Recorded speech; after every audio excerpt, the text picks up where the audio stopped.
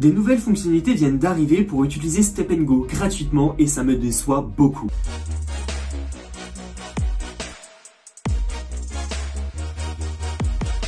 Bonjour à tous, pour ceux qui ne me connaissent pas, je m'appelle Tim Decrypt, vulgarisateur du Web3 et de la finance décentralisée, pour t'aider à reprendre le contrôle sur ton argent et mieux le comprendre. Alors actuellement, Step & Go viennent de créer les gift cards qui te permettent d'utiliser l'application gratuitement, sauf que Step & Go, au tout début, comme tu as pu le voir dans la précédente vidéo, c'est une application réservée aux riches, littéralement.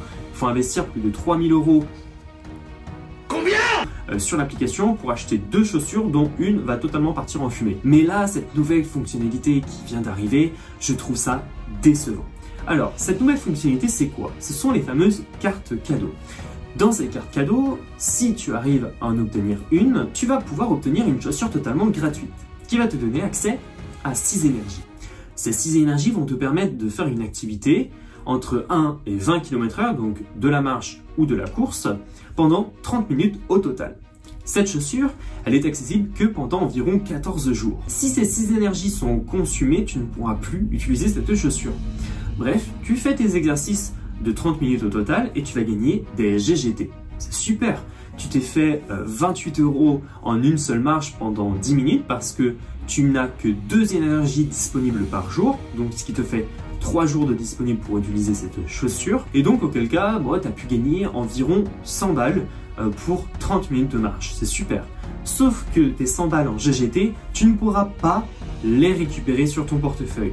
Ils seront verrouillés. Le seul moyen de pouvoir débloquer ces 100 balles de GGT, tu vas devoir acheter une chaussure sur la marketplace de 1800 € pour pouvoir venir les déverrouiller. Donc je trouve ça relativement décevant parce que cette fonctionnalité est là pour amener de nouveaux utilisateurs à utiliser Step & Go.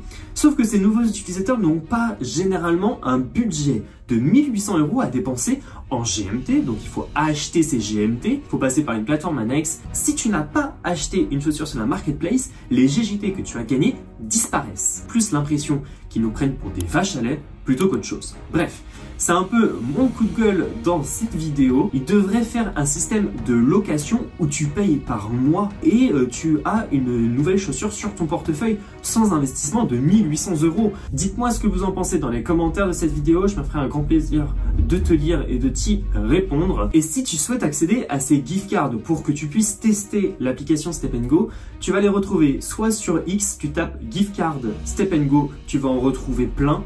Et sinon, tu en retrouveras sur leur Discord officiel. Je te mettrai tous les liens et toutes les infos en description. Tu vas dans la catégorie Host and Gift Card et tu retrouveras plein de gift cards.